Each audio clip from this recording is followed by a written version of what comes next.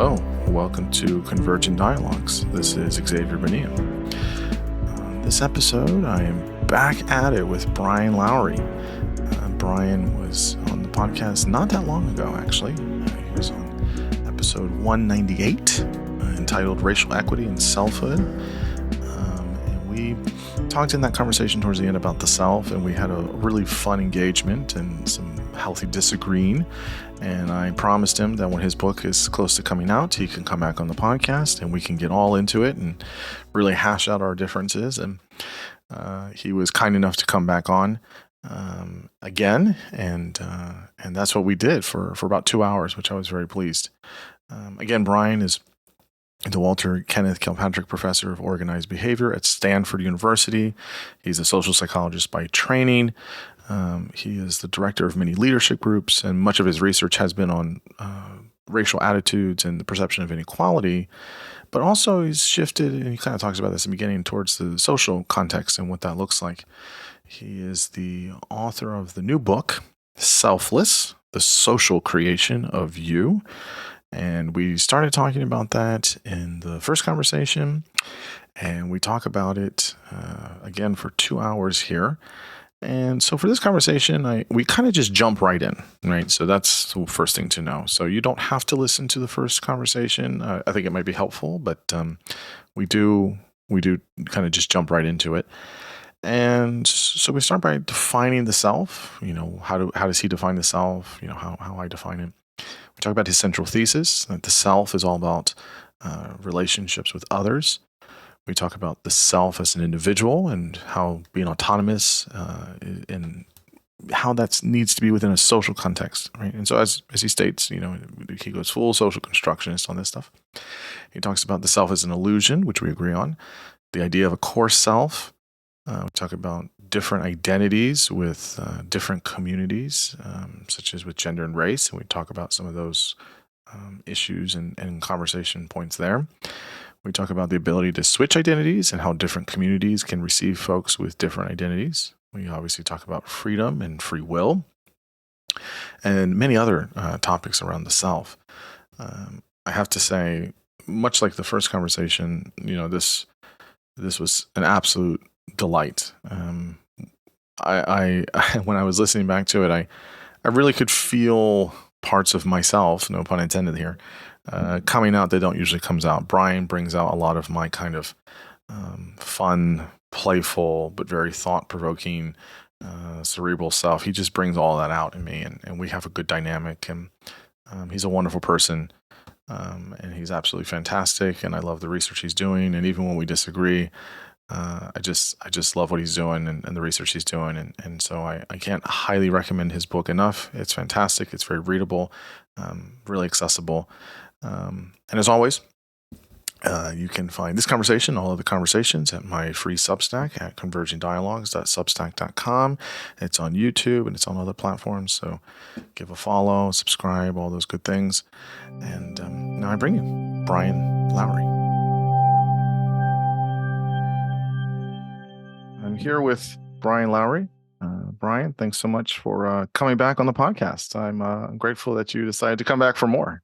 Yeah, thanks for having me, man. Looking forward to it. Of course. So we had a conversation not that long ago, and it was a great conversation. I really enjoyed it.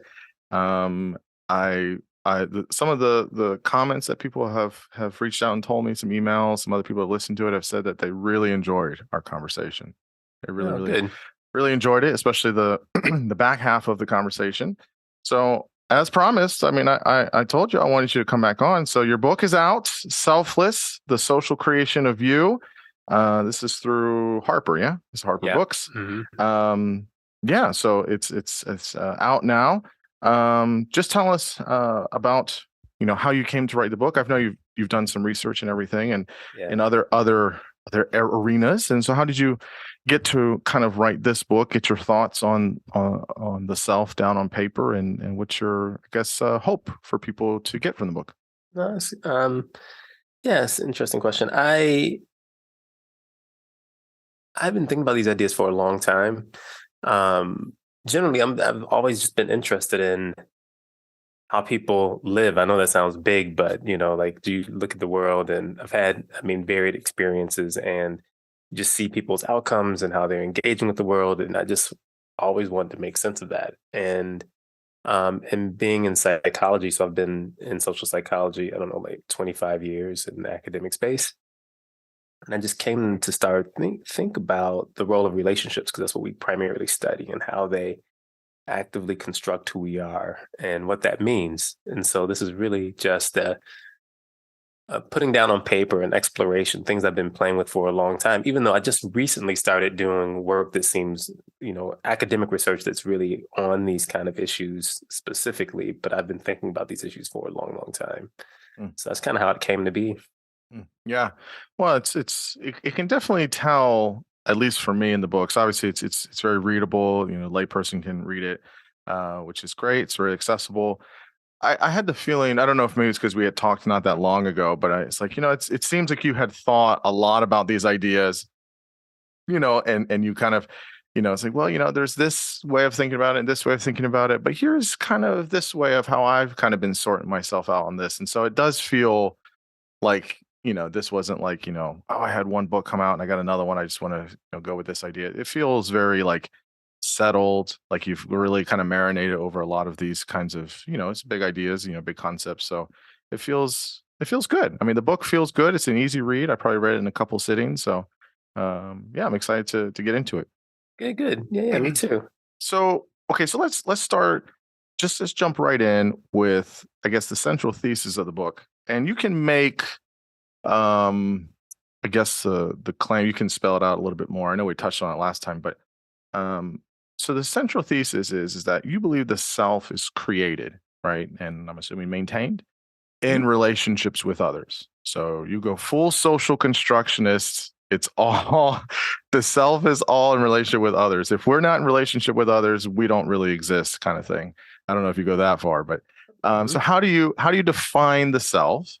And how did you get to that idea, all the way of the self is really in relationship with others and that's created in relationships? Let me. Yeah, I'll answer that question. But it's funny when I talk to people about the book. Some people who are like really big in the social sciences, or read a lot of stuff in this space, one of the first things they'll say is like, yeah, I, everybody knows that part, right? And the self is a social construction, which I find hilarious, because yeah, people will say it, but then they get to the point in the book and they're like, do you really believe this? And I'm like, wait, I thought you just said that everyone says this and knows this already. So So you're just keeping people honest to their priors. That's what you're doing. You're keeping them honest. I, I'm just saying that it's a sort of thing where the claim that the self is a social construction is not new. And I think in the book I might say that. Like, I don't make the claim that no one's ever said this before. What I'm doing is, one, kind of getting there through social psychology and some empirical work, and two, like taking it to its logical conclusion, right? Not just saying it, but what does that mean? Like, if you really believe that, what does that mean? If you say gender is a social construction, if you say race is a social construction, what are you saying? And yeah, I would go as far as saying that we are not human beings if we're not in communion with others. I would go that far, and I would separate. Obviously, I'm not making a claim that you would simply vanish in some kind of sci-fi way. I'm saying that you would not be what we would consider human. That as you understand yourself as a human being, this is what I mean by self. This is the answer to your question. When you think of who you are, like, the thing that you're thinking of is social.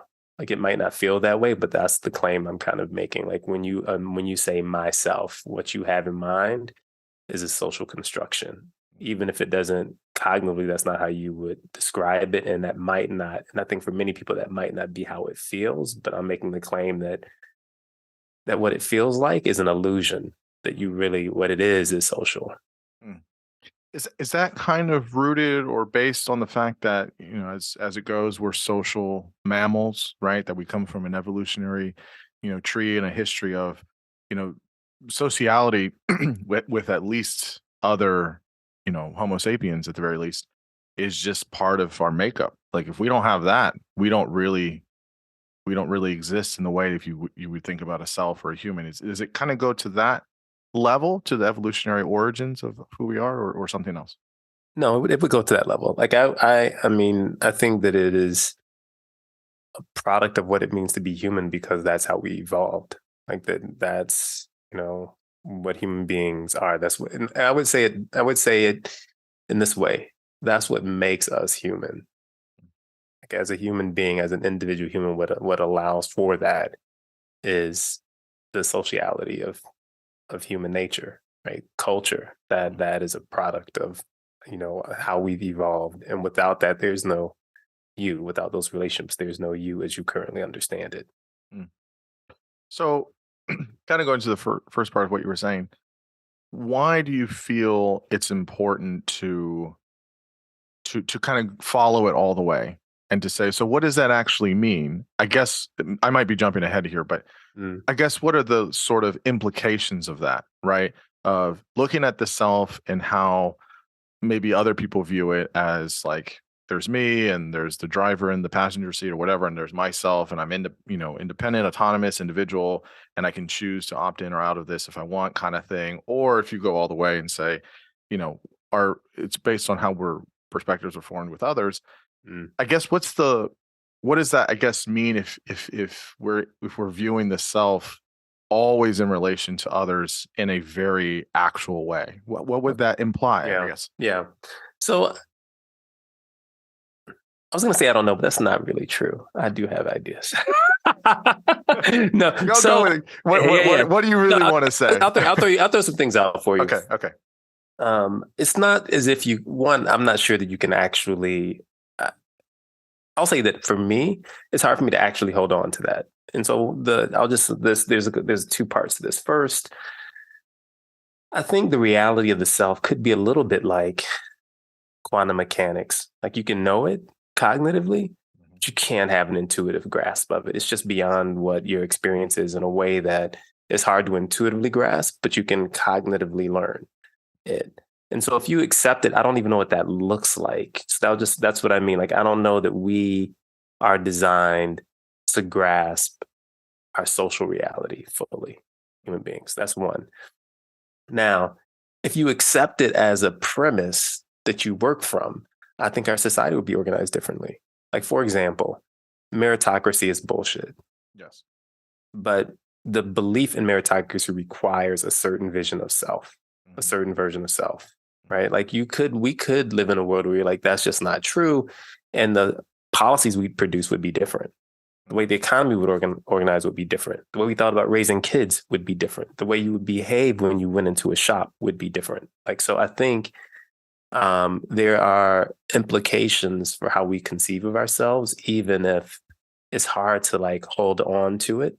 I mean, there are things that are enshrined in the way we organize the world that assume certain things, right? And those assumptions could be changed, as an example. So I guess that's just one way of thinking about the importance of these ideas. Like, how do we think about our place in the world? How do we think the world should be organized? Mm-hmm.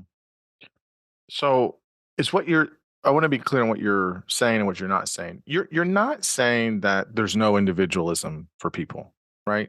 Or that we do have autonomy and individuality, and not that, not that all the other social aspects are there, but how do you see, let me ask it simply. Do you see a separation between how we understand and organize the self from individuality or individualism? So I think that human beings are unique. So I think that you are unique. So in that sense, you exist as an individual. What I'm making an argument about is what constitutes that individuality, or what in terms of the self. Like, so there's obviously physical differences that make you unique as well. So I don't deny physicality or biology or any of those things. I just don't think that's what people are talking about when they say the self. When they talk about the self. So I don't deny individuality. I'm less certain about autonomy, but that's a different conversation. That is a different conversation. we might get to that, but okay, that's fair. That's fair. Okay, so I have something I want to present to you, because I did think about our last conversation, preparing for this conversation a lot. So But just kind of spell out for people. I mean, we agree on this, but this idea that the self is an illusion. I think again, there's many Buddhist traditions, there's many Eastern traditions that believe have been saying this for millennia. So this isn't a new thing either. Other people have said this, even philosophers have said this. So, and I agree with this kind of mode. So, how do you usually explain to someone that kind of resists this or hasn't heard this? How do you usually, kind of walk them through it a little bit? First thing I say is like, look, the way it probably feels to you, the phenomenology, if you want to use a fancy word, is that there's some version of there's a you in there somewhere. It's probably a few inches behind your eyes looking out, controlling the machine. That's how it seems to you. You know that cannot be true. There is no, that it's just nonsensical. That cannot be true. So then the question becomes, if that's not true, that's how it feels to you probably, then what is true? What's true? And so I put that's the question I put to them. Then I say, like, what makes you you, right? And then when you start to push people on it, I say something like, look, you think your physical self is you. That's not true. You get a haircut, you don't feel like you're a different self. If I ripped your arm off, you'd feel like you might wish you had your arm back, but you still feel like you without an arm. Right. Like these things that's not how you're defining yourself. Mm-hmm. So what is it? Mm-hmm. Right? And then you push and you're like, well, the things that people describe cannot exist absent other people usually. And you're like, there you go. That's it. That's the idea. So how, I mean, this is maybe a strange thought experiment, but I guess how would things look if there weren't other people around? Like, I mean, maybe we can't know, maybe, right? But if someone dumped us on an island and we're just hanging out with animals, I mean, how would you would go insane is what would happen. Like, this is the reason that, like, I mean, as a current, like, human now, like a modern human being as we've been for, I don't know, tens of thousands of years now, you would go insane. This is why solitary confinement is considered a cruel and unusual punishment. Like, human beings are not designed to be truly alone, despite, like, the myth of such. I guess I'll kind of get to my perspective here, which is, I guess some of my resistance to this a little bit. I don't deny, obviously, that aspects of the self are super important within a social context, and it is part of that. I guess I would feel some of the danger for that would be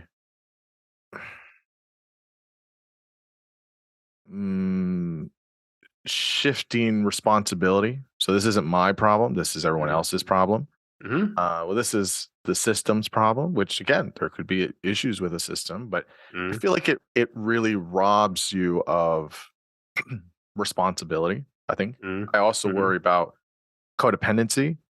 I worry about all these things if it's pushed too far. And I think that's why, empirical claims aside, I think a little bit more on the pragmatics, that's what gets me worried about people taking it this way and then just pushing it and applying it. That's where I get worried. What do you think about some of those concerns of mine?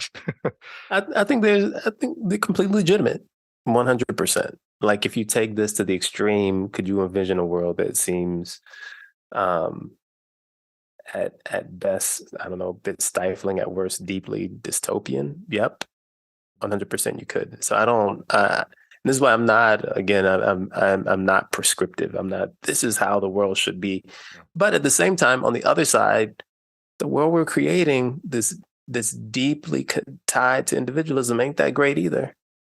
Sure. Oh, certainly. Listen, you're not going to get me on that side of the tracks being like, all individualism. Listen, I'm with you there. Listen, there's some good parts of it, but there's some really fucked up parts of it too. Right. Listen, I'm with you there. Listen, I hear you that. I hear you on that. So I would say, I guess what I would say is, one, you could see it as pragmatically. So this is now not, who knows what if we say, like, we don't know what the truth is, just pragmatically, I think you could think of this as a corrective, right? That we've gone too far on one side. And I think that this is more likely true. Like, that doesn't mean we have to take it to some absurd limit and organize the world in some way that denies humans of dignity. I'm not suggesting that necessarily, but I don't know. I mean, if you really want to get deep in the realm of imagination of what could be, I don't know what the world looks like if you think of humans more like ants than individual, autonomous, free-willed animals. Like, I don't know, is that a better world? I mean, I've not played that out. Do you know what I mean? And I think from where we sit right now, it sounds terrible, but I don't know.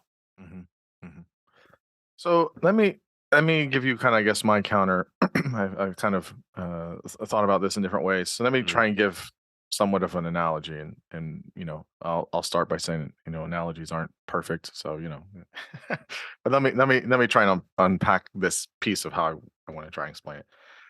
So I basically think of the self as not entirely dependent on social connection like you do, and I think there are three components to that. I think the first one is this, and I'm not.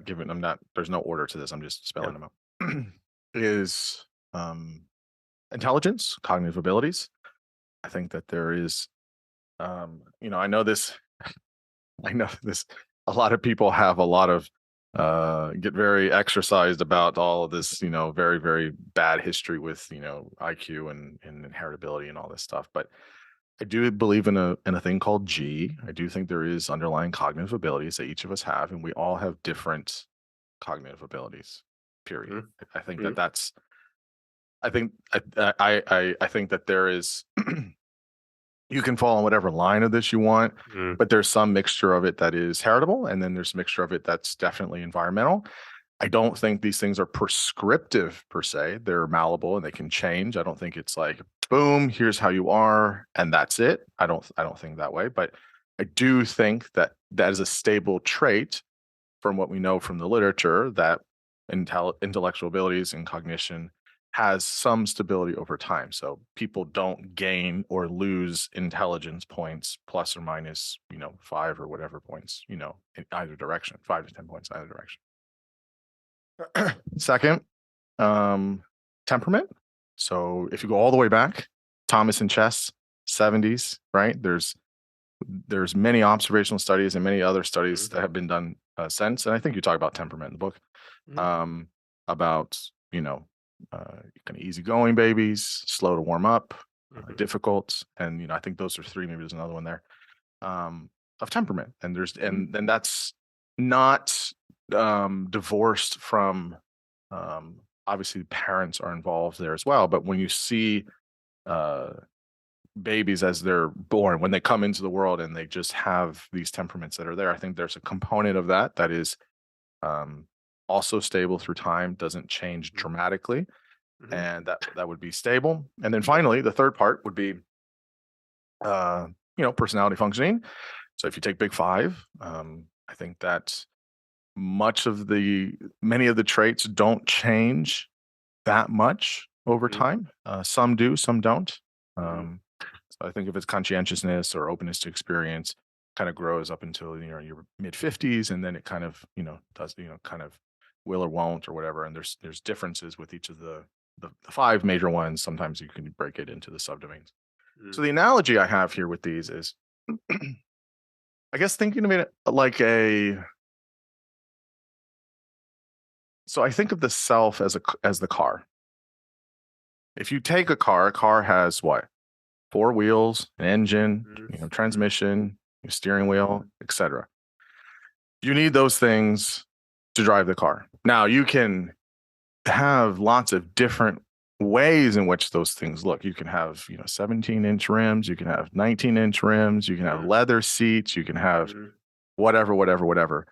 I think the driver of the car, I think the style, I think the mode, I think the environment, I think the weather, I think with the road that you're on, all of that can change. And I would put that in social, cultural, environmental, etc. But the aspects of the car itself is not changeable. You need 4 tires, a wheel, an engine, a battery, etc.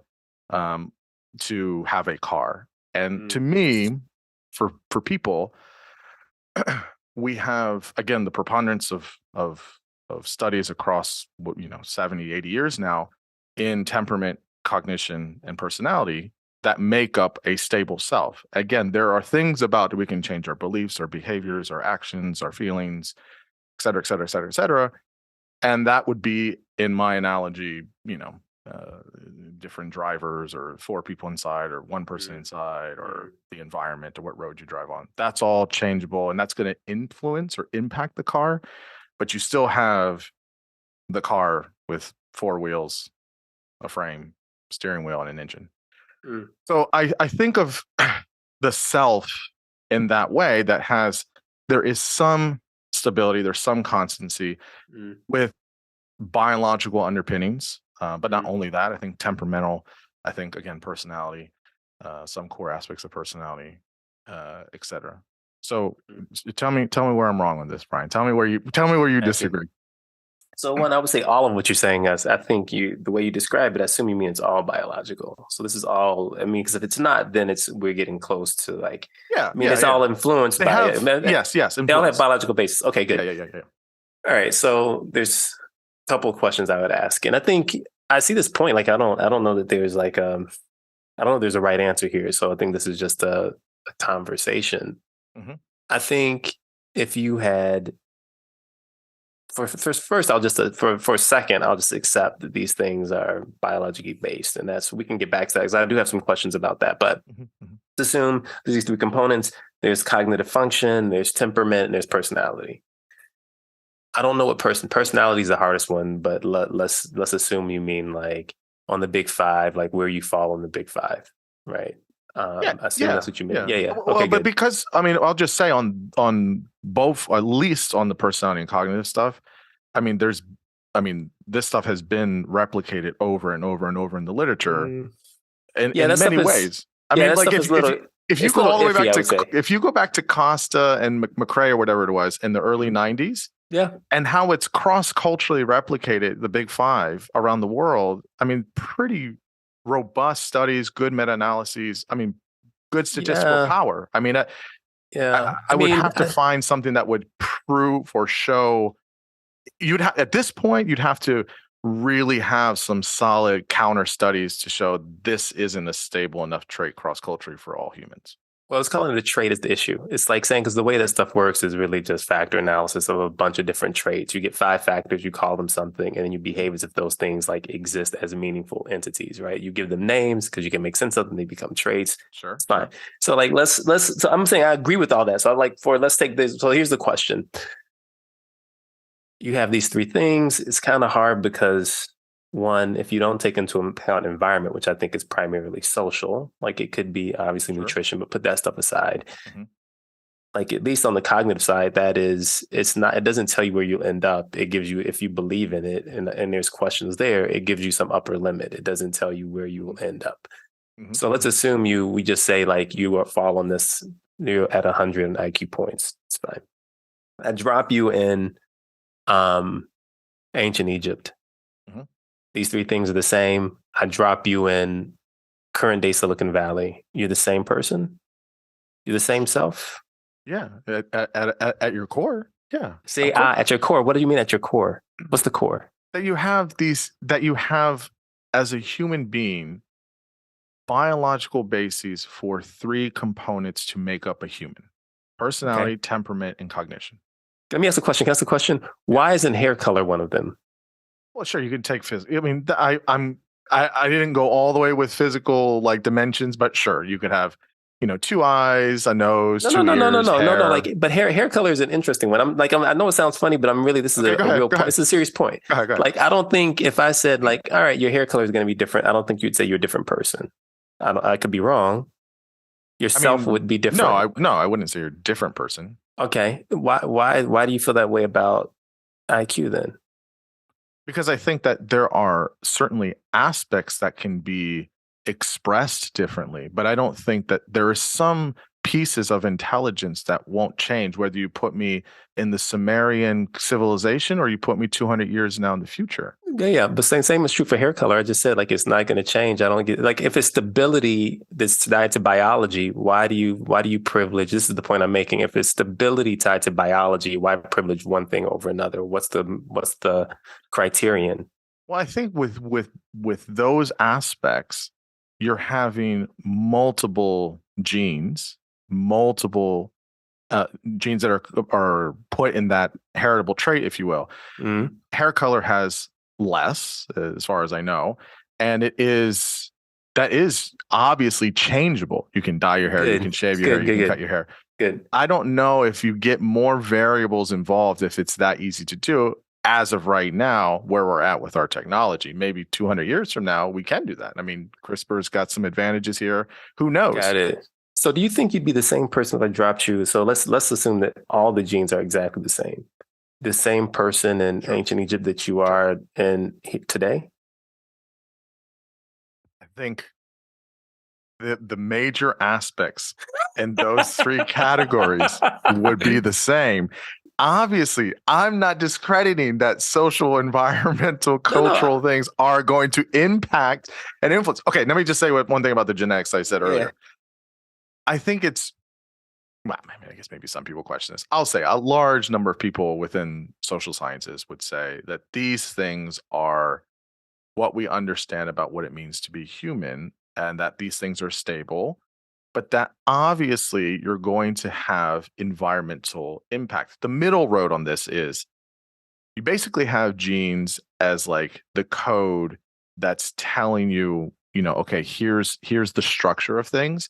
And then as soon as you're dumped into an environment, of course it's changeable. My genes aren't like predetermined, set in stone, never, they're immutable.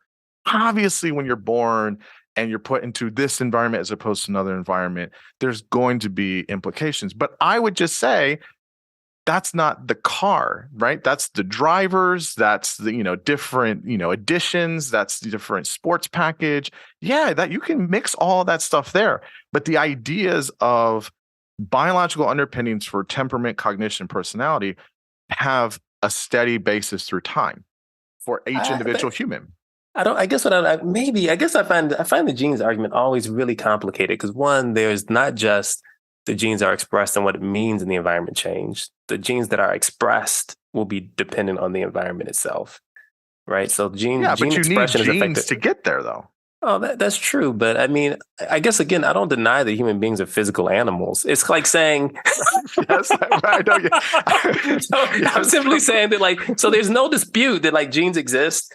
They influence what happens. I guess 100%. I agree. Code, right? We agree. All that's agreed. I just don't think. What I'm saying is I don't get the analogy to the car. It's like you're like, okay, if I take it to the different environment, the engine itself it could go from a V6 to a V8 or a V10. You're like, okay, yeah, it has an engine. I agree, but it's not even the same engine in a different environment because the environment is changing the expressions of the genes, not just the phenotype, but the genes themselves that express. So I'm I guess it gets hard for me to understand how even in the metaphor of a car, I'm like, the engine is there's an engine, but it could be a different engine in a different place, right? Even if you had the same genes, so I don't, and not to mention that you having a V12 and trying to run a Ferrari through the Sahara Desert, I guess, you know what I'm saying? So I'm not even talking about is it the same car in a different environment? I'm saying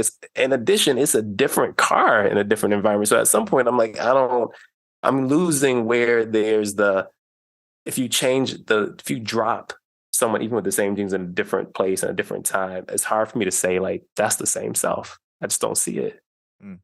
So, and that's what I'm saying. We can disagree. That's not objectively true. I'm just saying it's hard for me to get there. Yeah, I can see what you're saying. I see what you mean. I guess for me, the best way I can explain it is that whether it's myself or you or anybody, I think that there is elements that are in temperament or personality, let's say, and in cognition, if you will, that have been true about you since you were 5, 10, 15. Obviously, you're going to update. You're going to, there's going to be elements of you that change. There's going to be so many things that happen. When you look at that multiverse and you get here's Brian 1.0, 2.0, 3.0, 4.0, 5.0. All of those are potential. But there's something there that has been, just with you in those 3 domains, I would say structurally, that is just going to be there in each of those alternative versions of yourself. That's how I'm seeing it. I think I think we're confusing two things. So I think one I might agree on, and one I might not. I'm not sure. So I think my question is like, you drop someone in ancient Egypt versus you drop them in current day Silicon Valley, whatever. That's a different question than, am I the same person that I was 10 years ago that I will be 20 years ago, right? This is a somewhat different question, right? And I think we're conflating them. So maybe, yeah. And so I think I'm being a little unfair, like, because I think it's hard to make an argument for dropping someone in Silicon Valley and dropping someone in Egypt and saying they're the same person, because even if you gave them the same genetic code, I think that's just you can argue it. I think that's a hard argument to win. I think an easier argument for you to win is that I am the same self that I was 20 years ago, where I would say, like, no, I'm not. Right. I think that is an easier argument for you than it is for me, even though I would still make my argument. So, like, consistency within a person as opposed to metaphorically, like, same genes, but everything else is different. Like, that's a hard one. Yes, it is. Okay. This is a sort of a paradox here. So let me try and it makes sense in my head. Just jump in my head and you'll get it. You'll get everything I'm thinking. So obviously, in some regards, I'm a different, I'm going to say person. Just go with me. I'm a different person than I was 5 years ago, 10 years ago, because of where I live now and who I'm around and things that have happened to me, so on and so forth. I think, again, if I look at, if I close my eyes and I think about my, how old am I? 37, 30, whatever, 36, 37 years on this planet, right? However old I am, right? I can quickly have, you know how they do in the movies, they do like that, like really fast, like retroactive, like, you know, looking back into your life and all that, throw those pictures. Like, if I do that in my mind's eye right now, and I can think about some of my early memories, and I just go all the way through time real quick in, 20 seconds, I can think about the different seasons of my life. I can think about who I was at 20, who I was at 30, who I was at 15, and very different, right? Very different in how I, did or didn't regulate my mood or my emotions, how things I've learned, things I've, experiences I've had, places I've been, all that changes for sure. That's all changing. And that's all dependent on my relationships and things like that. But there's something about what it means to be me, not just in my physical or biological properties, although those are kind of the, I guess you want to say the hardware, if you will. But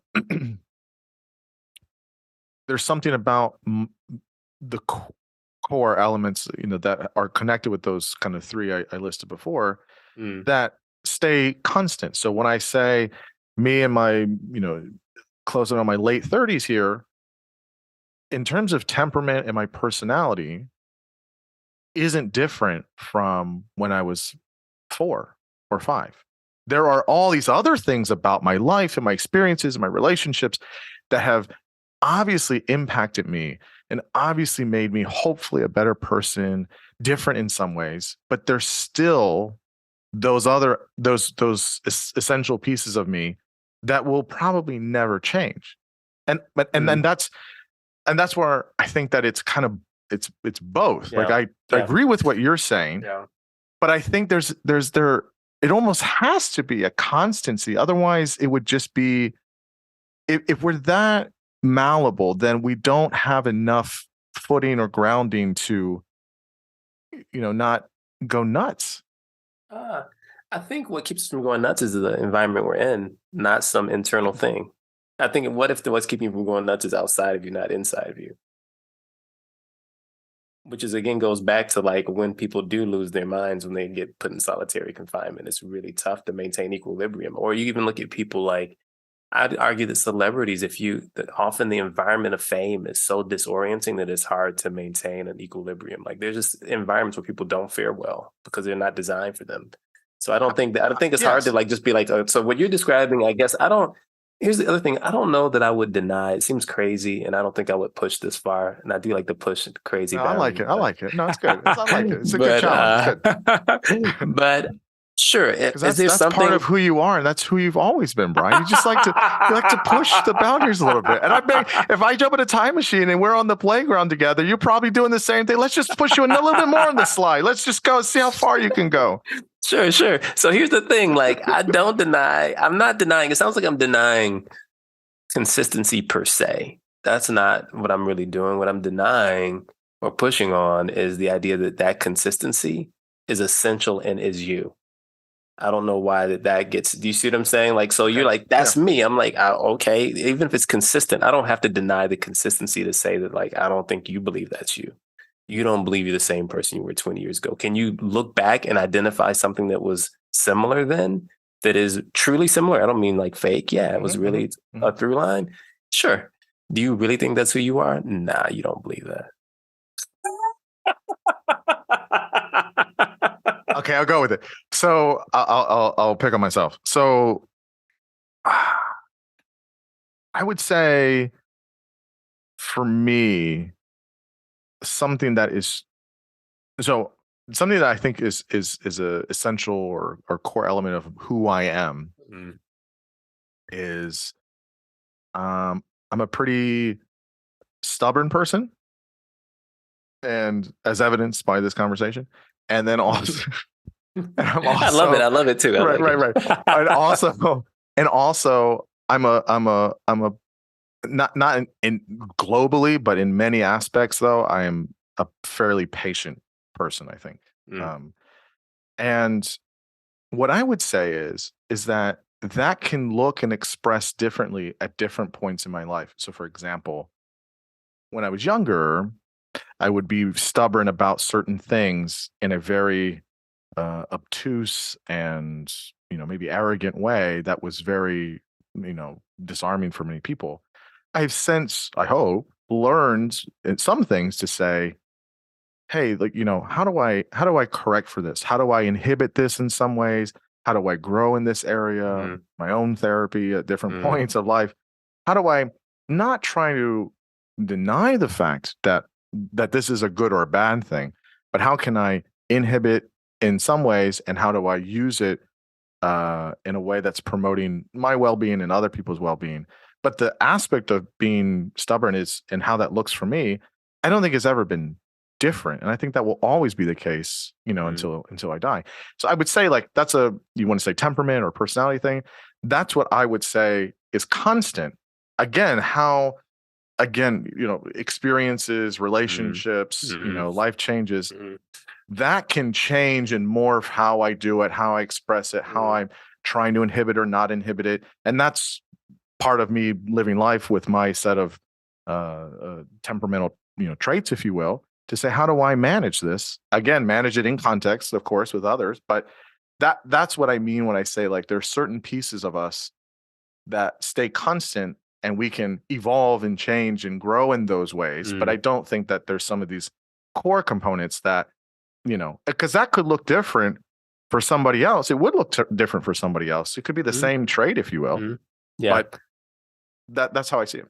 Yeah. And I guess what I'm saying is, like, my argument doesn't require me to deny that or even challenge it. What I challenge is that you think that's who you are.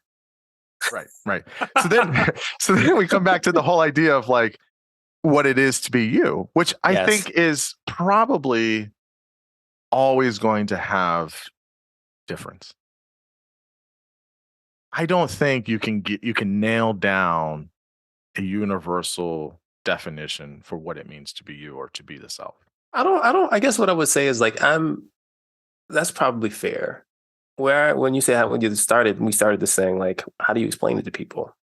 What I would say is, like, I don't need to give a technical definition. I'll just say this: when you think about yourself, what you're thinking about, I'll say it for you. Like, I don't think it's stubbornness. Okay. I don't think that's. And then let me say this. Let me ask this question too. And this is like a rhetorical question, but it's like for everyone.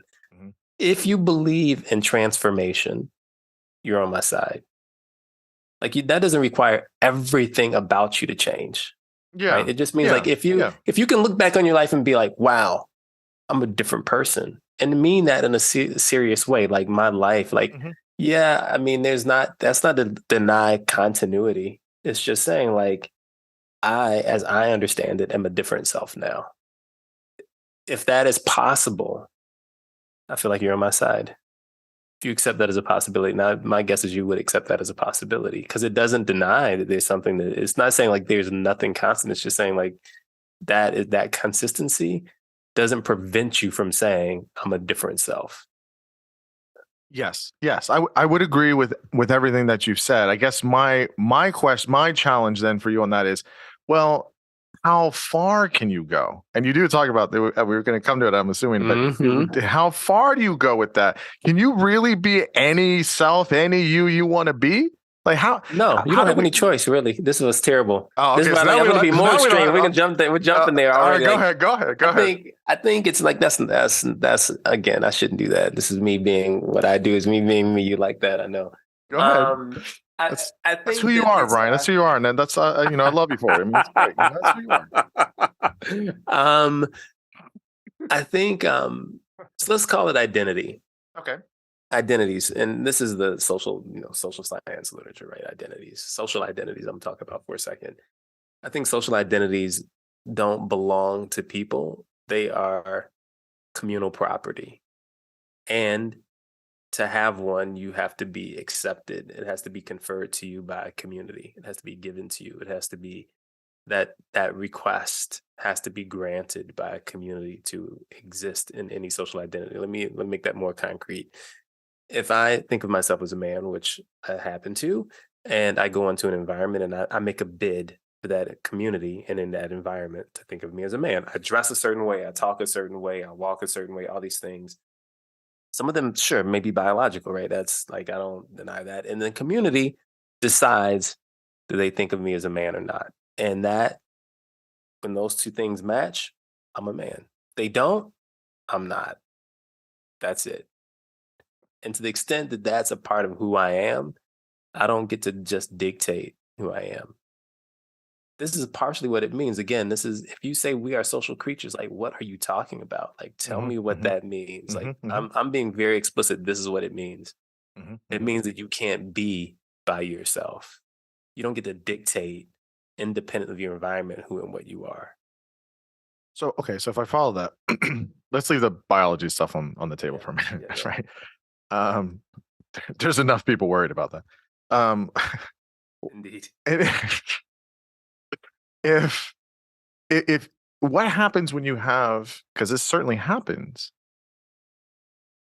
conflicting ideas about who you are in society. So if you go out and you say I'm a dude, I'm a man, and I dress a certain way, talk a certain way. Well, that's an assumption, right? There we I'm sure you would acknowledge that there's a continuum of what Sure. it looks like to be a man. That could be this, it could be that. Okay, let's go with that. There's a continuum, there's a frame.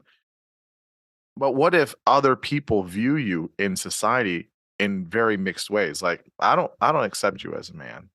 Mm. But other people, another group, they say, well, I do accept you as a man. And another group says, you're kind of somewhere in between. I don't Yeah. see you at any of those Yeah. binaries. Yeah. Yeah. Then you don't have that identity as a man. How does that work then? Yeah, yeah. So it depends. So, and this is where obviously I get this is complicated. I believe I said they're communal properties. They exist in communities. So if you go to a community, I could walk into a community and be a man and walk into a different community and be a woman in the same day. Sure, not a problem.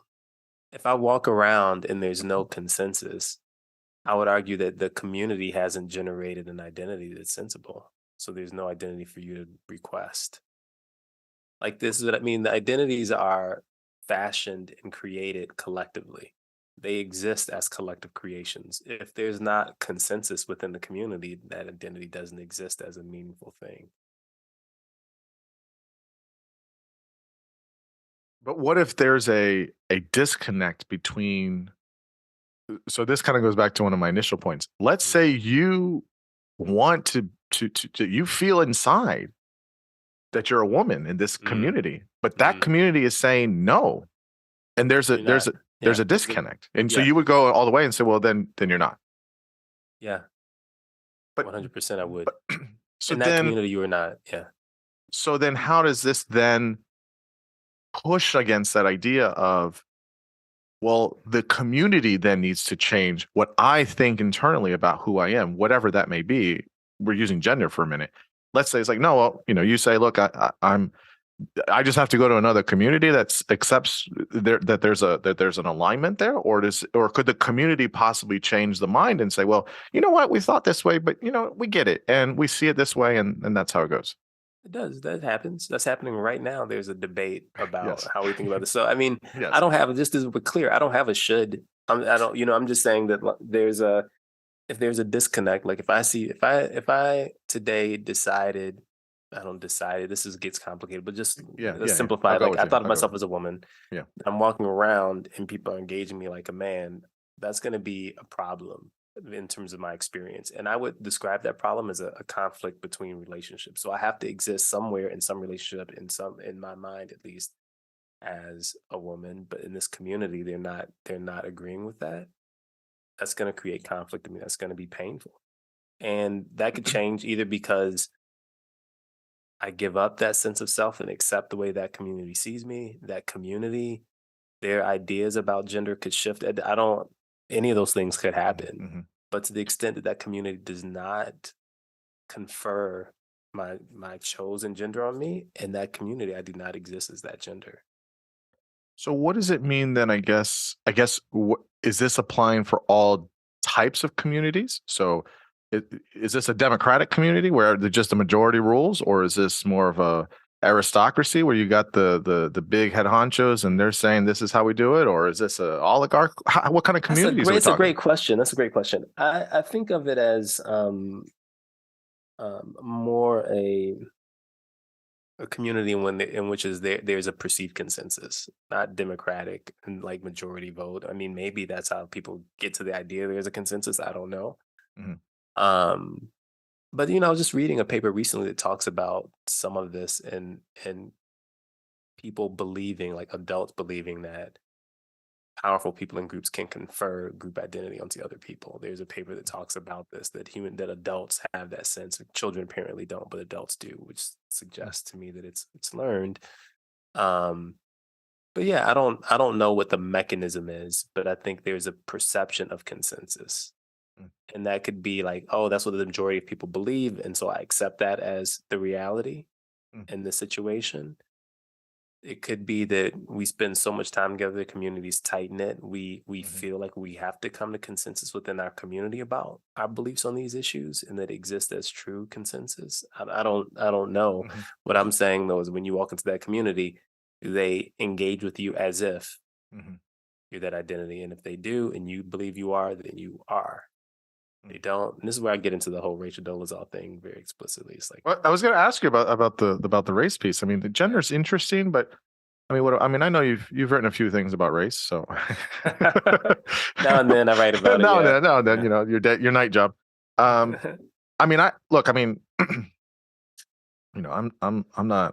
I'm literally not 100% anything. So I'm I'm at least half, right? So I'm not 100% white or 100% Latin, but I'm definitely down the middle of sorts.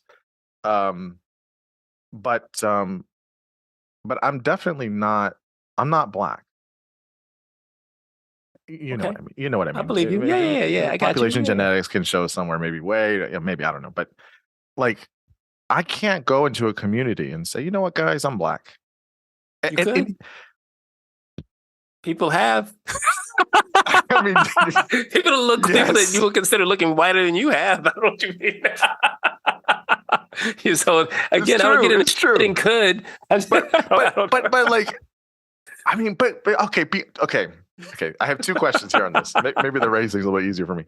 Okay, like let's go with it. Let's say I go to a community and they say, "Yep, we see you as black."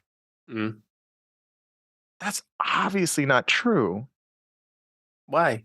Because don't we have to agree on what it means to be, a black American? Like, I don't have that same. Who is we? The community. So if they say you are black, they've agreed. But I don't have that. You don't agree with them, you mean? Yeah, I don't have that history. I don't have the history is what makes it. Who says? I guess my point. I'm serious. Here's my think about it. This is why I think people are going to be mad at me at all sides. But the one group That's that all should right. be That's mad at okay. me will be mad. Here's the thing. What I'm saying is like the community gets to decide who's a member of that community. There's no external judge. Like, so for example, what if I was born in an incredibly privileged environment? Like, that wasn't my case, but let's imagine, my parents were both millionaires. Never Downtown like Manhattan. You're from. I've lived in that world all my life. Right. Never had, not never, but never wanted for anything, let's say. Got it. But I look the way I look. My parents look the way my parents look. There'd be people who say, like, that's not being Black. Like, okay. I mean, is that right? What if I looked more white? What if I could pass? And then people in my family look whiter than you. But I also never wanted for anything. Am I Black? Like, Okay. I guess I'm trying to figure out, like, my point is, like, what is the criterion that determines whether you're Black or not? So, okay, I have another example here, but yeah. That's I guess my question is, so for you, what does it mean to be, a Black American? Like, so how do you define that? Right. So for me, it's like the community that is accepted as Black, and then we understand that community. When they accept me as Black and I believe I'm Black, that's true. That's the truth. There's no external, there's no like finding out something else. That's it. That's all. This is the point that people, they want it to be based in something material. And I'm like, why? Like, why do you need that? Like, if the Black community decided I wasn't Black anymore, I would cease to be Black. The community, if decides, in conjunction with the person. Okay, let me ask you this way. Are you talking about it on two different levels? So, like, if the community decides you're not Black anymore, does that mean that you're not, in terms of like, group norms, mores, maybe some cultural elements, whatever? Like you get booted off the island. I mean, versus what? Versus like actually. No, what's like, actually? This is what I'm getting at. What's the actually? So, okay. let me use myself so I can stay out of trouble too. Okay, so like there are things about myself that to be at least, some part of me is Latin. You're born in a certain part of the world, of sorts, or certain ancestors or things like that, or certain generations, which come with different types of history, food, language, culture, music, all these things we wrap up within culture. That and again, there's a lot of variance there, right? There's sure, especially with Latin people as an ethnicity, that's how we categorize it. Like, you got folks that are more fair skinned than I am, and people that are, very, very dark skinned. Okay, whatever. That's that, there's a continuum there, different, things with language, different things with music, different things. Each country has its own thing. You get colonization in there. There's a whole other bit of that, whatever. But like we put it all in there and we say like this group is Latin. And you're saying if I go to my family and they just say, you're not Latin, we don't buy that. But I have these biological bases that we do have some agreement on. No, because you don't have agreement. They just told you you're not. They know what your biology I'm not, is. Right? But it's not up to them. It's up to me. God damn it! I'm gonna say what I fucking am. Shit. It's exactly what you get it. Exactly my point. Like, I do get it. Who decides what the criterion is? Like, I don't know. Okay, but gets to decide is the community. Okay. So let me ask this then. I hear what you're saying. I don't know. I actually don't have a strong opinion on it. I mean, I'm sort of playing here, but I don't.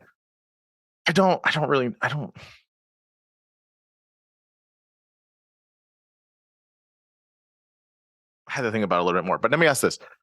What about with these things of like, you have people that will say, like, okay, what about this kind of racelessness kind of thing? Right? Like, we don't see race. We just see people. And you could be Black or Latin or Asian or anything else, or you could not, actually race just doesn't really exist. We're just people. It doesn't really, I mean, Yeah. And there's that whole colorless thing. I mean, I know we talked about it a little bit last time, but I think that there's a danger in that.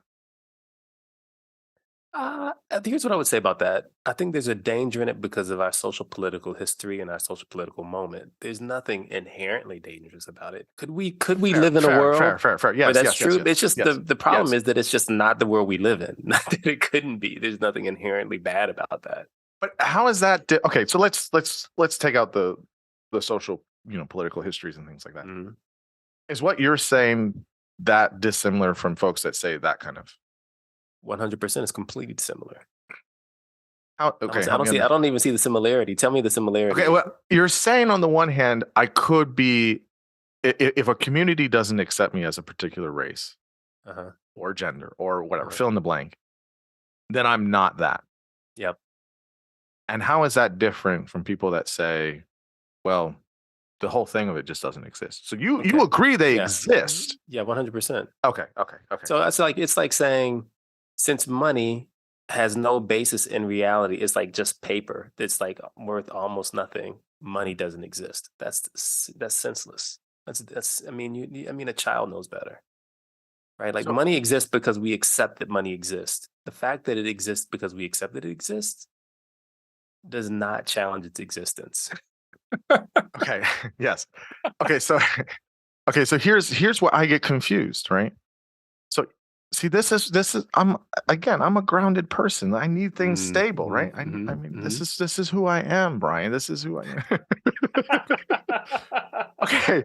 Look, on the one hand, you got some of these folks that are saying like race doesn't exist, like, whatever, go for a colorless society, whatever. Okay, ideally, maybe that would be great or whatever. And I totally agree with you. In the society we live in the society we're going to live in, that ain't it. That's not going to happen. But then you have yourself saying, well, you're not really a race that you decide or that you identify with. You're just whatever race, whatever community accepts you to be in. I'm saying that I'll continue to use the money as a metaphor. Okay, I'm saying that money has meaning because the community treats it as such. Okay. Right. When I give you $5, like, the reason it matters to you is because you expect that other people in your community will accept that as $5 and you can do things with it. It has social meaning. Okay. It has value. I'm saying the same thing about race. Like, there's no, it's not about the $5. If I wrote it on a piece of paper that you thought of as worthless, I owe you $5 and you trusted me and other people accepted my word too, you could go and trade that just like a $5 bill. It has nothing to do with the physical money. It's not based in any physical reality. And the same thing with race. Like, people want to locate race in some physical reality. I'm like, I don't know what that is. I don't think they really mean that. And they're uncomfortable with the idea that it's just social because it looks like that means it's not real. Like, no. So here's where I get worried about this on both sides of this is with race, and I guess you could say with gender too a little bit. It's different, but it's a different variable. But I wouldn't want people to lose history, culture, and all of those things wrapped up with it. And I understand those things are different from race, right? But how do you square those? I wouldn't want them to lose it either. Then the question becomes, who's the guardian of it? That's a good question. Yeah, and I agree. That's a good question. I don't have an answer for that. Here's my answer. The community is, which is why I grant the community the capacity to make decisions about the meaning of the identity. But doesn't that have dangers? I just think that's how it works. But that has dangers of like groupthink and all that shit, right? Like, that's how groups work. Yeah, 100%. Yeah, they do. But there's yes,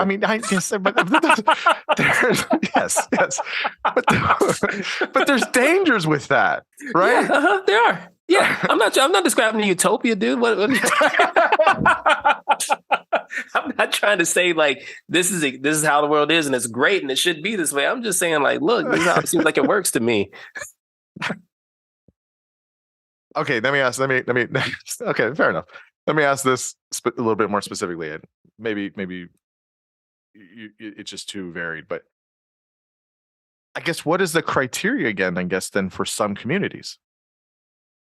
All right. I mean, is that just going to be too varied?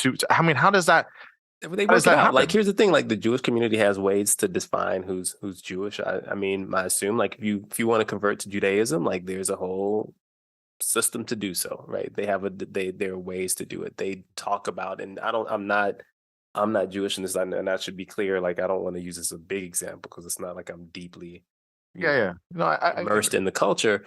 But there are ways that people will talk about this is what it means, and this is like how this is how it, it's goes through lineages, like a mother's lineage. There's those sorts of things, Mhm. and in the Black community, whether or not it's explicitly stated, it's an assumption of like descendants for slaves. If you want to talk about African Americans, right? Like people will talk about that, Mhm. or the easiest thing is really the racial definitions that were produced by Europeans to justify colonialism and racism, which is some version of like apparently where your ancestors are from that's Mhm. marked on the way you look, except for the fact that that's not at all what they believe. Because and especially in this country, you could look white enough that people could assume you're white, but Yeah. somehow you're still Black. Like, so it's Mhm. not really exactly Mhm. about physical makeup. Yeah. What is Yeah. it about? It's probably about your soul. In the same way, and this is why we go back to, I think all the stuff when we talk about the self in the end, people desperately want to cling onto something like a soul without saying that's what they're doing. That's I, my sense. I agree with you. I do agree with you on that. I don't believe in souls. But I just believe in core components of a self, which is not a soul, just to clarity's sake. But I don't know. I mean, like if I went if I don't know. I mean, like I don't. There's not like a board or like a I don't know of a community, but like I think in some ways that works. But I don't know. I think with other variables that would be hard. I mean, I could never go to an Asian community and be like, I'm Asian. And if they say yes, that doesn't mean it's true. Why? I don't I don't have that history. But I don't. But you could. Here's okay. Let me ask you a question. If you were an Asian infant that was adopted by uh, a Latin family in America, you grew up, and you didn't. No one even knew.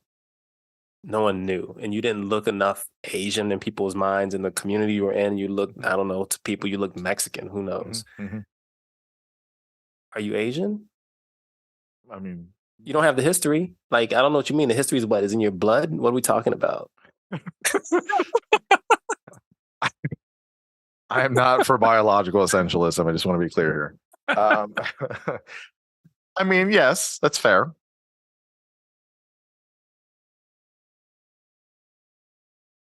I don't have a good answer. I want to say, well, yeah, you just because I mean, I feel like sometimes this could rely on stereotypes. What do you mean? Like if you're in a community and you just say, well, we agree that this is what it means to be Black or Latin or Asian, Mm-hmm. and you do or don't fit that, wouldn't that rely on? I mean, you're gonna at some point get heuristics or you Yeah, know for sure you are. Yep. shortcuts. I Mm-hmm. mean, and those aren't we trying to avoid stereotypes? I mean, those I things mean, live again, on. I mean, like that's not right. I mean, I'm concerned again, about the I'm not ethics and the morals here, man. I mean, clearly, geez, man. It's like, geez. I hear you. Probably that's true. It's all right if Latin people like Lord of the Rings, even though if it's not normative. Shit, I mean, 100%, man. Like, look, you can do Dungeons and Dragons all day. That's yeah. cool. There's nothing wrong with that. I mean, Just make sure you find your community.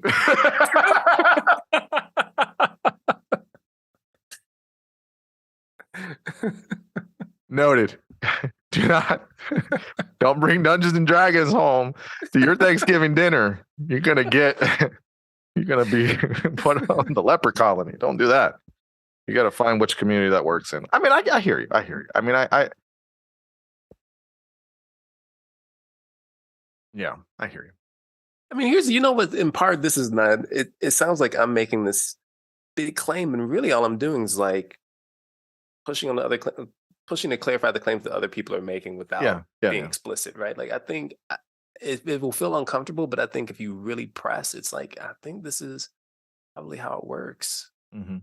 Like, I don't, I mean, it's weird and nonsensical when someone like finds out they take a DNA test and they find out, oh, I had 2% ancestry from sub-Saharan Africa. Like now all of a sudden you black? Like what? Like that doesn't seem right. Yeah. Right. But if you were black and you lived black as a black person all your life and everyone saw you as black and you took some ancestry tests and it turns out that it was only 2% sub-Saharan African, you'd be like, damn, I'm black, but only a little bit.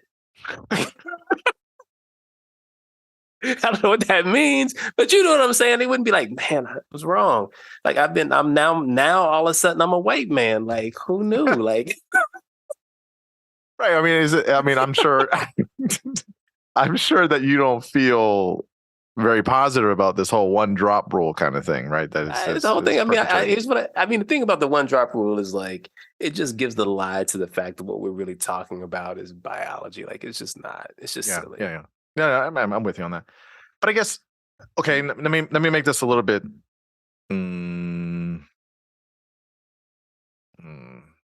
I'll make this a little more spicier. All right, spice it up.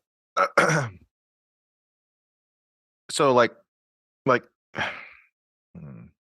so this is where I kind of get like frustrated by like the whole community chooses thing. So like there are people that are out there that are saying like how black you really are. Yep. Or how Latin you really are, or you know whatever. I mean, that's a real thing. Like if you're, you know, there's all these stereotypes, these tropes. If you're you know lighter skinned, or if you're really dark skinned, or you know, there's all these ideas. If I understand you correctly, if that's what the community says, well, we're not worried about morals and ethics and whether it makes you feel good. That's just if that's what they say you are. So you have people, but there'll be conflicting things about this, right? Like people will, you know, how many people said like, well, you know, Obama's black, but not really, not 100. He's not, you know, and people had all these conversations about it.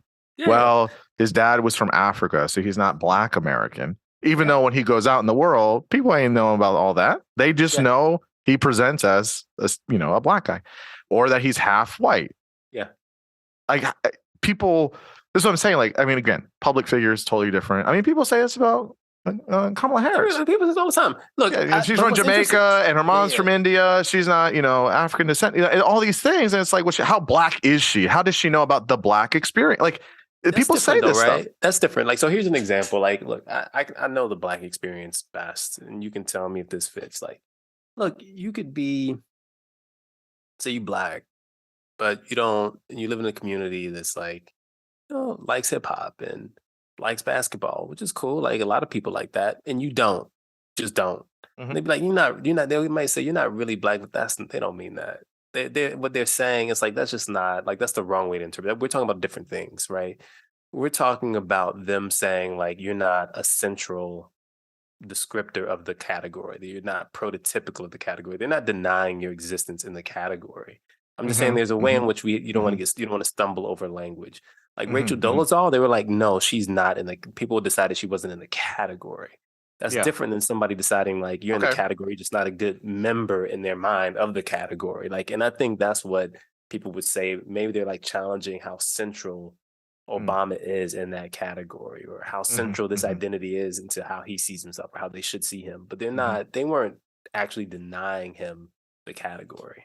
Okay, yeah, that's a good distinction to make. But I mean, you talk about it in the book with Dolezal. I mean, that was, I mean, rightfully so, no? I mean, if the community's saying, look, we don't see you that way. That's it. Yeah. I mean, that's it.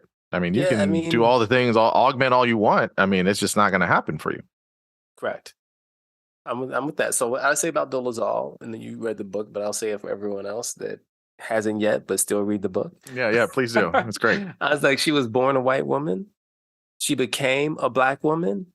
And then she became something else, like in a liminal space. She wasn't. This is what's weird. I think this is the hardest category actually for people to maybe understand.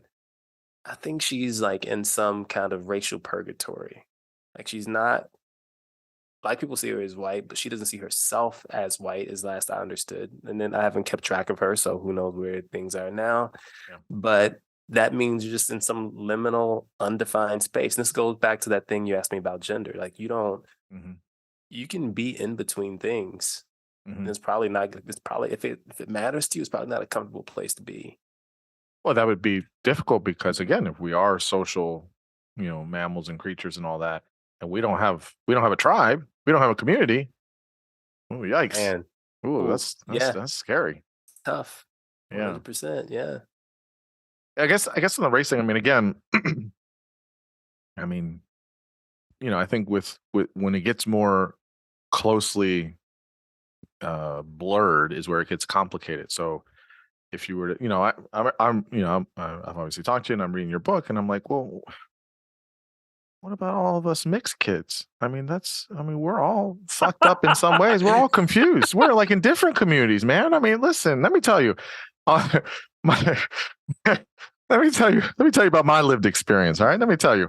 So for my white side of the family, I mean, I'm Latin. I mean, I'm definitely Latin, right? I mean, like, yeah, I mean, we use that. Okay. And then when I'm hanging out with my Latin family, like, yeah, it's just a gringo over here. He's just a white kid. Like, he ain't Latin. I mean, yeah, technically, he's got the blood in him or whatever, but like, yeah, well, he's all right. But I mean, he's not fully. Mm-hmm. And I mean, I think a lot of people have struggled with this. I kind of wrestled with this a little bit when I was in adolescence, and I kind of somewhere landed where I'm like, well, I'm both. Mm-hmm. I mean, I didn't, Yeah. and I am typically. I never thought about it in the way that you conceptualize things. So I see myself as both. I think both communities accept me. Mm-hmm. Maybe. Let me put a poll out on Twitter. Let me ask my communities. I think it is funny. I don't know that I was as clear as I should have been about this in the book. The idea of mixed race is always like annoying to me, but I think there's a way in which you can understand it. Listen, how do you think it is for me? It's fucking terribly annoying for me. Listen, this is annoying for you. It's hella annoying for me. Because the reason I dislike it is because it implies purity. And like that, clearly that's like deeply problematic. Yes. But there's a way in which, if what you mean by mixed is, there's possibilities, right? I exist in these different communities. Sure. Like you might exist in the Latin community as Latin, and you could also exist as white in the white community. Like you see yourself as in part of that community. They accept you as such. Mm-hmm. And both these communities accept you as such. And maybe there's a third community called mixed. You can make that can be a community too. And if people accept you in that, then you're that. And there's no reason that you have to be any one of things. You can be multiple things in multiple communities, and that's fine. That's kind of the claim of the book in terms of identity, that it's communal, right? It doesn't exist as a thing outside of the communities. You can exist in multiple communities in multiple ways. It's interesting. I mean, I think, so the kind of existing in multiple communities is, I think, probably more, I don't want to say realistic, but more of someone's experience, especially, in a modern time. I mean, like, I always joke about it with my daughter, but she's more Latin than I am. Right? So, but it's weird because she's where she hangs out, and the spaces she hangs out, and how she presents and appears. It's interesting. It's interesting about, again, I think she kind of fits in a bunch of different spaces, but she's got, again, a lot of, if you want to talk about going back to biology again, or where her parents are from, or her grandparents or whatever. It's very close. It's one, it's the first generation prior, 2 generations prior, and it's just a lot of mixture, very close together in terms of if you want to talk biology or genetics. And so, but that's interesting about, like, I think more and more, especially people of her generation and stuff, are going to be more mixed and what that's like. And I mean, again, this isn't a new thing, but I will say about the mixed category, I do have a little bit more of I don't know. It's just like, with when you're trying to, like, fit in with groups or whatever, you kind of go with what you know first and see. So if I see somebody in a room and I see that, we get talking and they said they're mixed with this, that, and the third, it's like, oh, you get it. Yeah, you know a little bit about what I'm saying. Yeah. Uh-huh. And much to the consternation of everyone else, it was like, well, I don't know. I'm just just this one group. You get to play in other communities that accept you. That's nice. Must be nice. But yeah, I think that is interesting to think about in terms of how communities accept you. And I also think about people that are kind of like what you're saying with the kind of, I guess, the adoption piece or whatever. Mm-hmm. I wonder about people that may be of a different race, but they grow up in certain areas or neighborhoods that are predominantly of one other race than themselves. And I Mm-hmm. wonder, you see, and so just you gave the adoption example with like if there's Yeah. an Asian kid or Asian baby or whatever, and they've never lived on whatever country of origin, and they grow up in a Jewish family or whatever. Mm-hmm. Yeah. I also think about that with some folks that like if they grow up in a particular area and somebody of another race or whatever, and there's predominantly Latin people, and you're black or you're Asian or something like that, and you literally just spend all of your life, you go to school, you hang out in your community, and it's just all majority one race. I have to imagine that there's some sense of community there as well, no? Of like Yeah. what that experience is like for you and what that influences you as you come up and how you live your life and things like that. But Yeah. I don't I know. mean, I think what you definitely have there is like you'd grow up with those cultural influences, Yeah. right? They'd be a part of your experience and upbringing. And my guess is, I don't know. I mean, I guess it's possible for those people to accept you as a member of that group, but given how we think about race, and this is social political history, my guess is what really happens is some version of you're honorary, Mm. Yeah. Yeah. in part because we think of it race is so pinned to biology. Hmm. So you want to strip it from that? I don't want to do anything. I just think Oh, that doesn't make any sense. you're just a lot.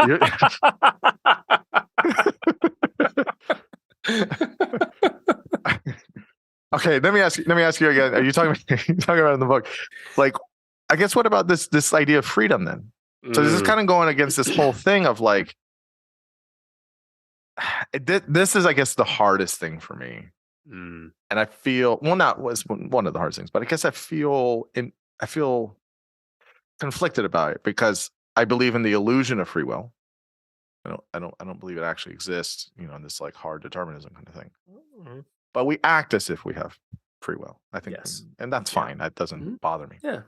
Um, but yeah, what happens if you want to, if you strongly feel or identify and there's a conflict with the community and you don't have the space to go to another community? I mean, how much freedom do you really have then in this kind of way of thinking about things, right? If you're saying Not like much. you don't have any, you're just at the whims of the community, and if they change, then well, you could be that way and then not. I mean, how much freedom or autonomy do people really have then? Not a whole lot. Uh, Again, like people have the illusion of freedom. This goes to like this is just another version of like I don't um the conversation about freedom is where we go now in essence is like uh it ends up being what you are willing to call freedom, Mm. right? Um and I think what most people mean, and philosophers debate even this about what Yeah, yeah, people want and what people yeah, mean. I yeah. believe that what most people mean is something they don't have and can have and actually doesn't make sense and really don't want anyway. What do you mean by the last part? Don't want anyway. If people had the kind of freedom that I think that what people want or what let me say it differently. If you ask people what is freedom and you could understand what they were trying to say, I would tell them like you would be terrified and couldn't function if you had the thing you believe you want. But don't worry because you don't have it anyway. But I mean, Because across to the be board free though. is yeah, across the board. To be free is I say this in the book. Like I think what people mean is some version of they can do, say, be what they want without interference from others. I think that's what Mhm, people mean more or less. Like, yeah, no, I don't think you want that. Like, mhm.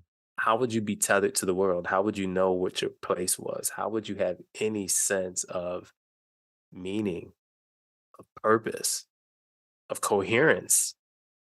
Right? Because think about like when you said, I know myself, like that requires a definition. And I'm putting aside the biology, right? Like Mhm, even if you mhm. accept the biology, you still want other stuff. That's probably not, even if you think that exists, it's probably not sufficient. Mhm. those identities that help you understand yourself. When you talk about your daughter, right? That's a constraint. You are accepting yourself as a father. That is a social construction, not a biological link Mm, only. Without that, that would go away. Now just start taking all those things away. What's left? How do mm, you engage with the world? That would be a terrifying, mm, untethered place to be. That's not what people want. mm. No, I Yeah, certainly, so I certainly agree. That's not what people want. They think they want that, but they don't. I mean, yeah, I do agree with you on that. So,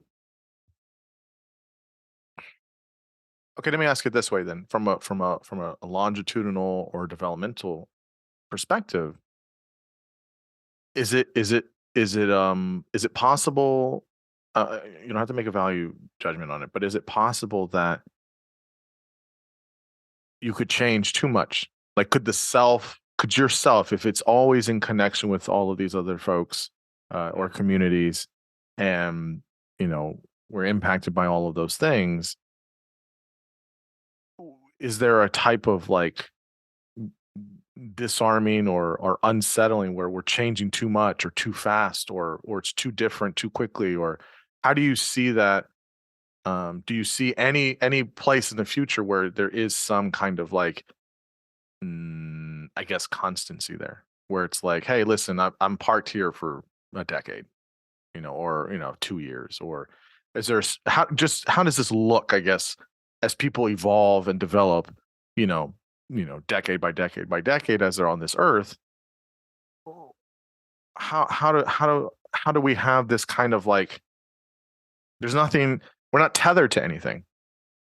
yeah, How do I you see think it? I think historically things have gone in the other direction, right? So I would say you lived in a situation where you live in a small community, you know everyone in that community, Hmm. right? There was like very little movement. You had a sense of what your profession was going to be from, Hmm.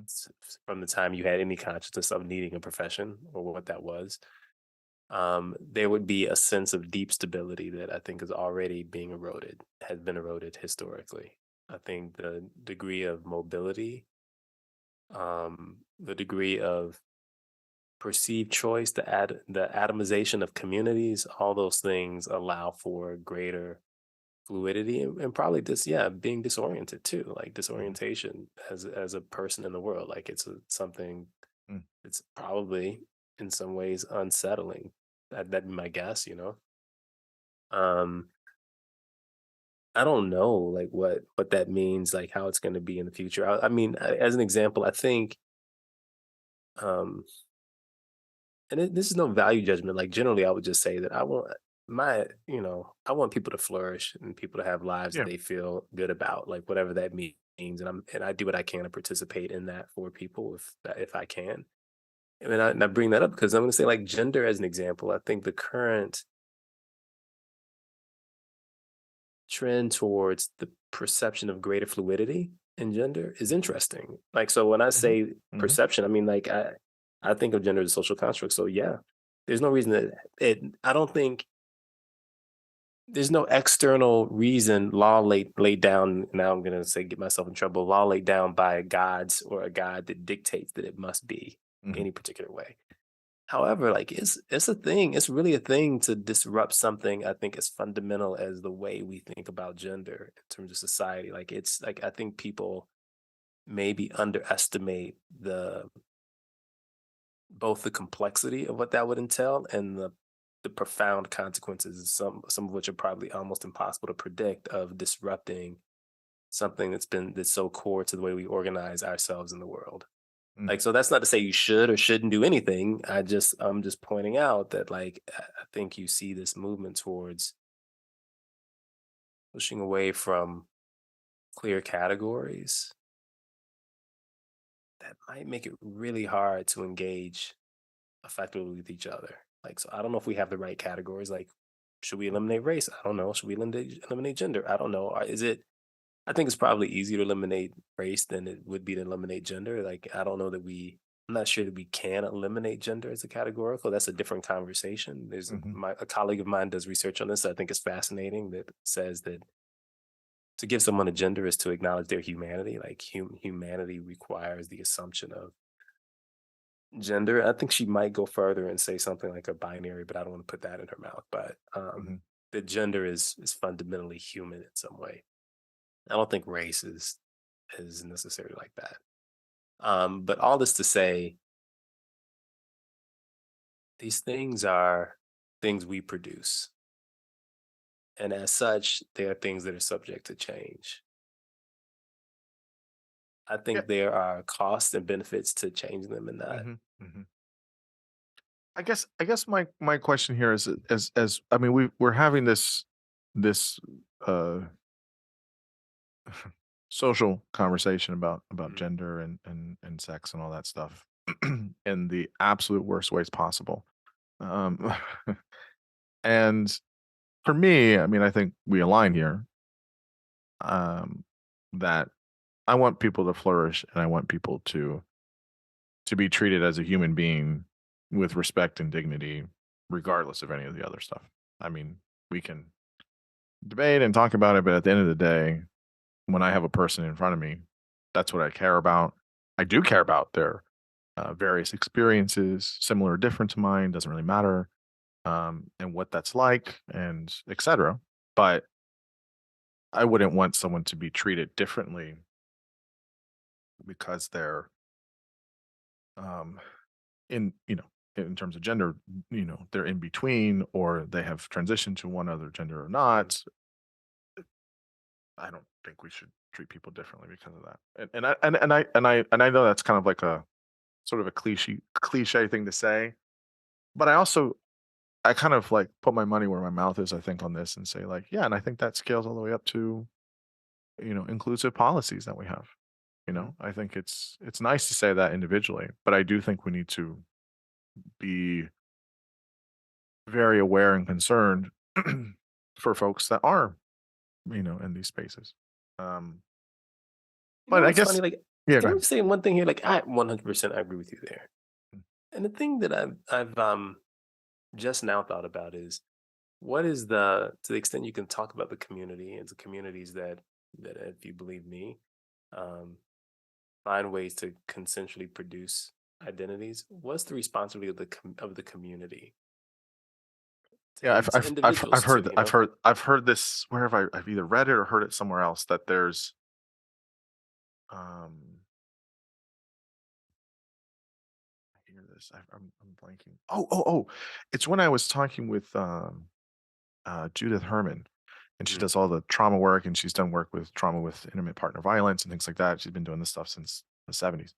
mm, And in her latest book, um, she talks about that there is a responsibility of communities to engage with people that have been, victims of trauma in a way that's there is some justice there. There's some advocacy there where we create a space where, we're listening to people, we're believing what they're saying, but we're also, you know, penalizing people, but then also having rehabilitation and forgiveness as well. Like mm, there's a whole environment and space there, and it doesn't have to be always at the same time. But and I wonder with this as well, with anything really, but it's mm. like I think your question is a good one. What's the community's responsibility and can we? I guess the thing about this, so there's I guess two subparts to this. One is what happens when we have different communities that have different, um, ethical compasses, or they have different intuitions or priors about this. Okay, is it good for some and not for others? How do we have a collective, balanced, kind of middle way maybe of as a country? People look to progress made with civil rights. Of course, there's still progress to be made Mhm, there. People mhm, look at progress with gay rights. Again, still progress to be made there. And people say, well, why would this be any different? And when I talk to people that are, you know, very strident about one position, they say the thing that you were mentioning, that there's nothing more fundamental than mm, biological sex at the very least. And they make this distinction between biological sex and gender, which is fair. I mean, I think there is a difference, but mm. um And right, and then we're seeing, I guess the thing that makes me feel uneasy about it is that we're just doing this experiment. It's like if you're doing the experiment not in the lab, but just out in the community, right? You know Mm-hmm. how you have to do efficacy studies to see Yeah, if it yeah. actually works first, and then you do Uh-huh. it a bunch of times, and then you do the effectiveness studies. We just skipped right to effectiveness studies. You'd be like, well, let's just try it. No trials, no anything. Boom, let's just go and socially do this. And I Yeah. think that's where people are getting hurt. That's where people are getting outraged, offended. Sometimes rightfully so, sometimes maybe not. I don't know, but Yeah. and I wonder about it's the thing with bathrooms, it's the thing with sports, and it's like Yeah. wait. These are real people. They shouldn't be pawns for one side or the other's Yeah. whatever. Like that's not right.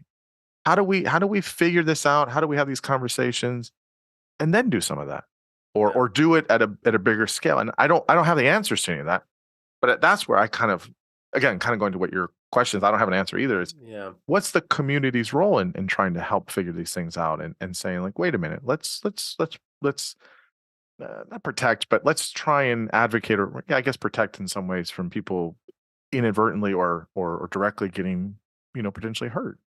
Mm-hmm. I mean, Yeah.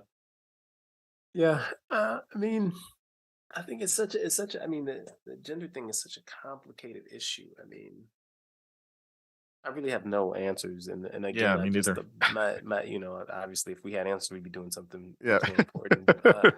Um, but I do, yeah, I think that everyone should have the opportunity to flourish. That's the starting point. I'm with you there, and at the same time, it's like hard to know. Like this is gonna be wow. I can't believe I'm gonna say this. Like, n- um, I'm pretty progressive. Like I'm actually quite progressive in my politics. I would say. I don't know if everyone would agree with that, but whatever. I think I'm thinking myself that way. Um, but conservatism, and I don't mean like conservatism in America, red politics in America, but just the idea that there is some value in, you know, traditions that have evolved over time. I think there's got to be something to that. Like how much? I don't know. Well, I guess I mean, trigger warning for some people on maybe Yeah, on your yeah, side of the yeah, yeah. aisle. Yeah. I guess why are you saying that though? Because What are you thinking? where I'm going is like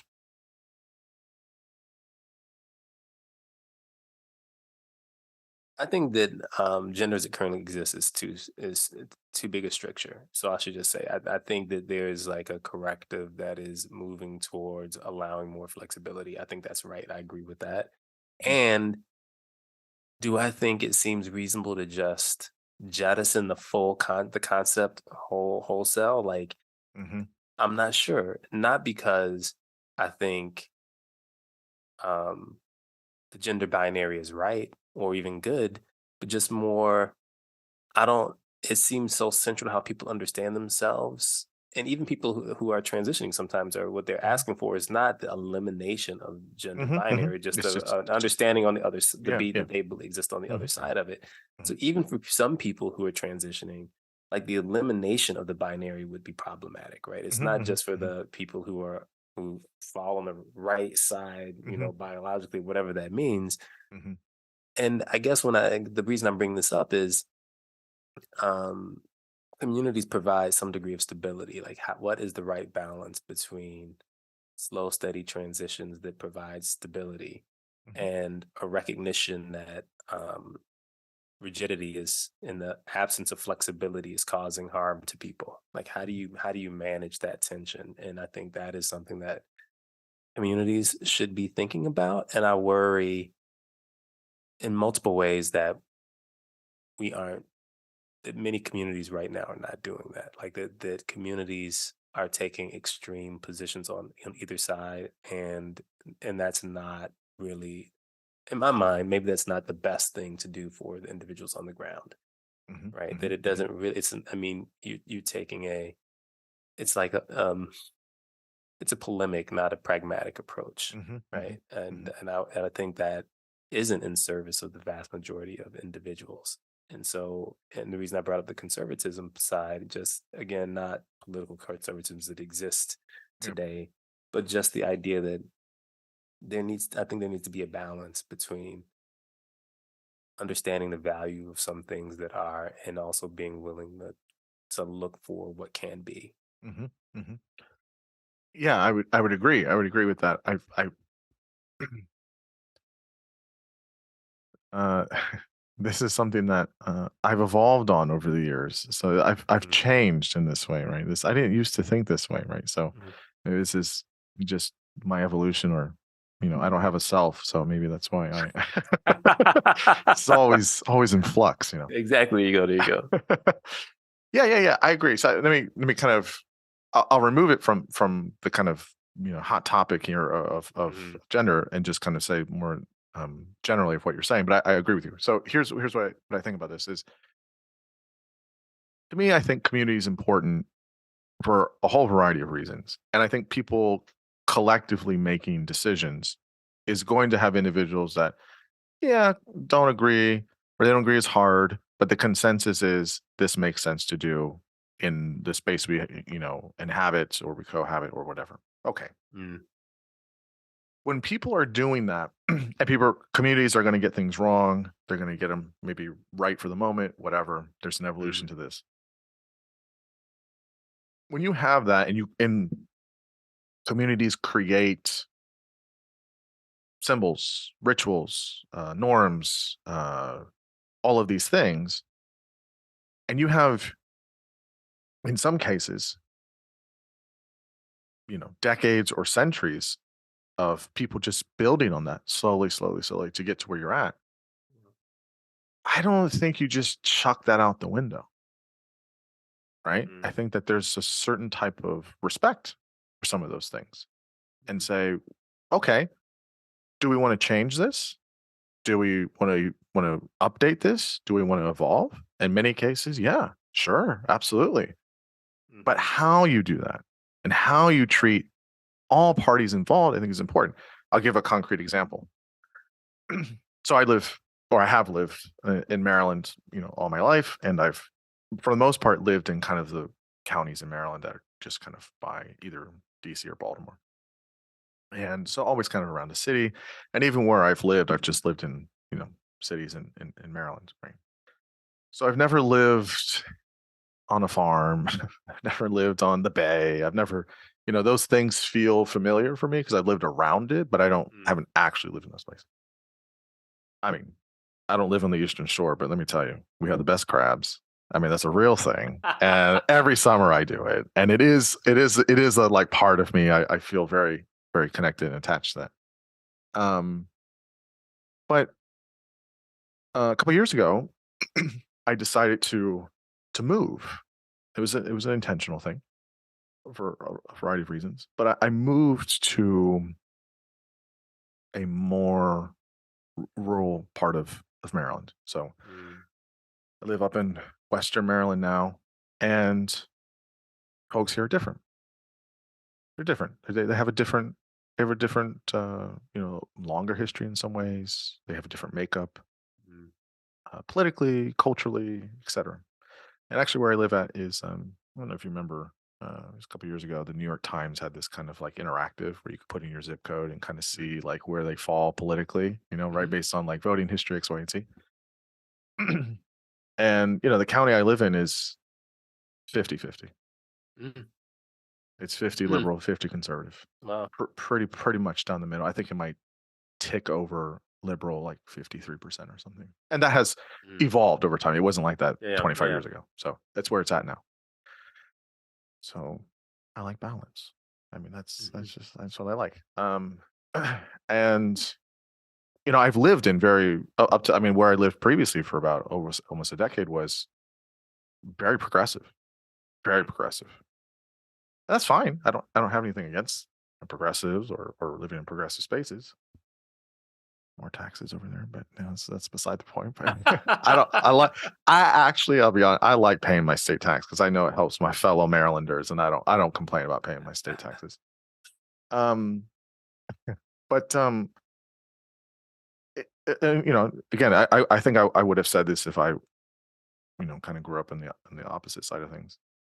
It started to feel a little insular Mm, for me, and it was like, yeah, I get it.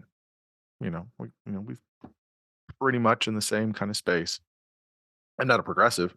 I'm definitely liberal. I'm on the left, but I'm not a progressive. I have some progressive streak in me, but I'm not enough to identify that way. I don't think they would accept me in their community anyway. So I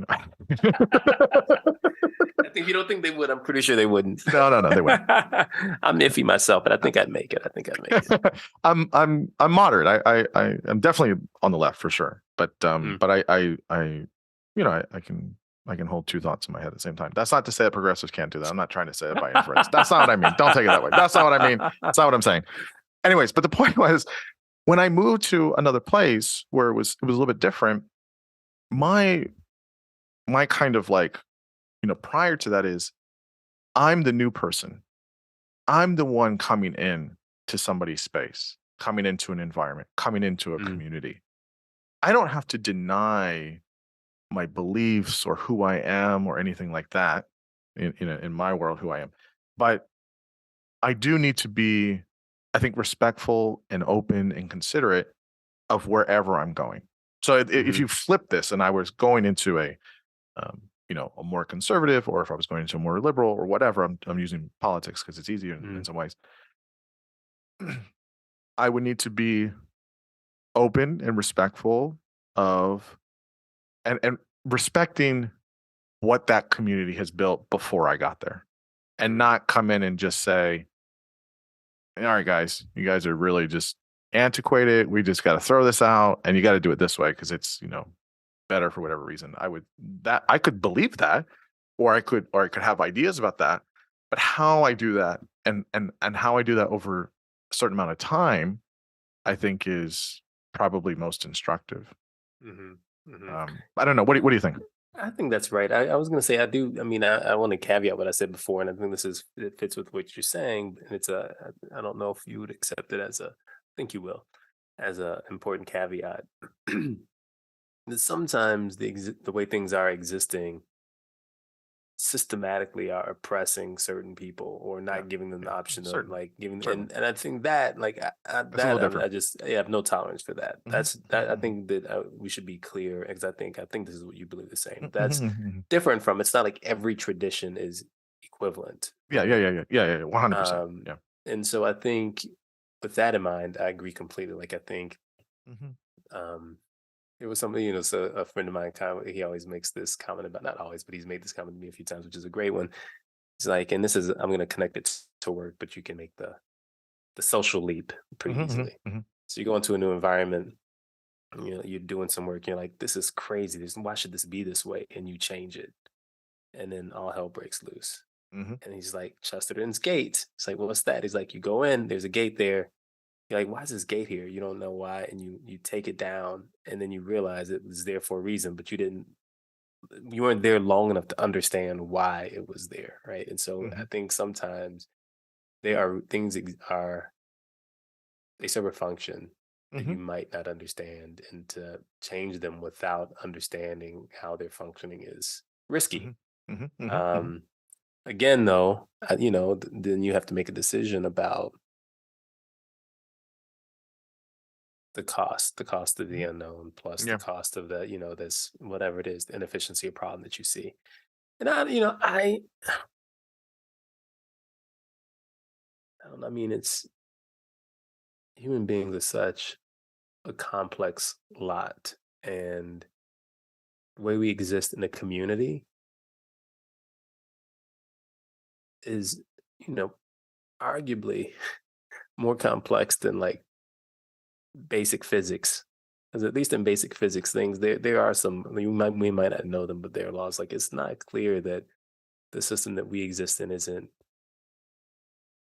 too complex for us to ever fully understand. And so I feel like what we're doing is trying to muddle through as best we can, and we need to have a model of who and what we are to muddle through. And what I hope this book is just a model of what we are that helps us muddle through.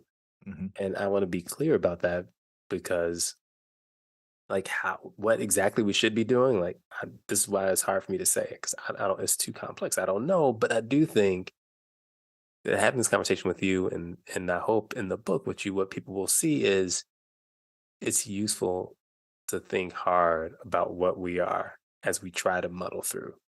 That's it. Yeah. Yeah. I agree with you. I agree with you on that. I think that there's not, I think different, and I mean, again, I'm not a big postmodern deconstructions kind of person, but I do think the more and more information we get and the more and more things we learn about the world in different domains, Mm, neuroscience is figuring this out, right? We've had some of the elements of this in physics. We get some of this in social psych. We get in different areas. We realize how much there's not a lot of, I don't want to say stability, but there's not a lot of things that stay static, mm-hmm, right? mm-hmm. um, yeah, I had an old supervisor one time. She told me this is a big growing point. You can see how I still fight it in some ways, but I would put things in this kind of black and white things like many people do, and she told me, she said, I get that. She's like, but the challenge for you is you got to live in the gray, and you got to learn how to thrive in that. That's not to say that there aren't things in black and white kinds of ways of thinking or living. There might be, and elements are there are, but much of living and much of life is in the gray. It's the ambiguity, and we hate that. But when you can learn to muddle or kind of navigate through that, and you find ways of getting there, and I do think the importance of social connection is important there. You can thrive.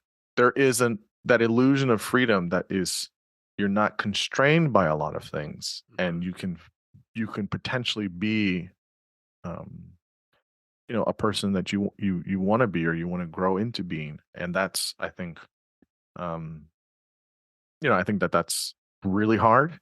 It's really, really hard for people. And it's still hard for me in some ways. I've come a long way, but it's still hard for me in some ways. And I think that's what your book is aiming to do. It's not prescriptive, and that would be a weird turn if you talk about all this stuff, and then at the end of the book you're like, hey, here's these 4 steps you got to do. It'd be like, wait, what? How does this commiserate with that? But your book is wonderful at explaining that and getting people to really, really think and kind of go all the way with some of these ideas, which I think is what made it so enjoyable. The book is called Selfless: The Social Creation of You. It's out everywhere. Brian, so much fun. It really is so much fun. I mean, I had such a blast with you. I'm glad we got to get into all the details of the conversation of about the self and everything. And I feel very, very pleased and very fulfilled. It was a really, really fun conversation. Yeah, I appreciate it. It was a lot of fun for me too. So thanks for coming on. You're always welcome to come on the podcast anytime. I'm sure you got another book in the works at some point, or any of the other things you're thinking about. So always welcome to come on. And I hope everyone goes and gets your book. Appreciate it. Thank you so much, man. All right. Thanks.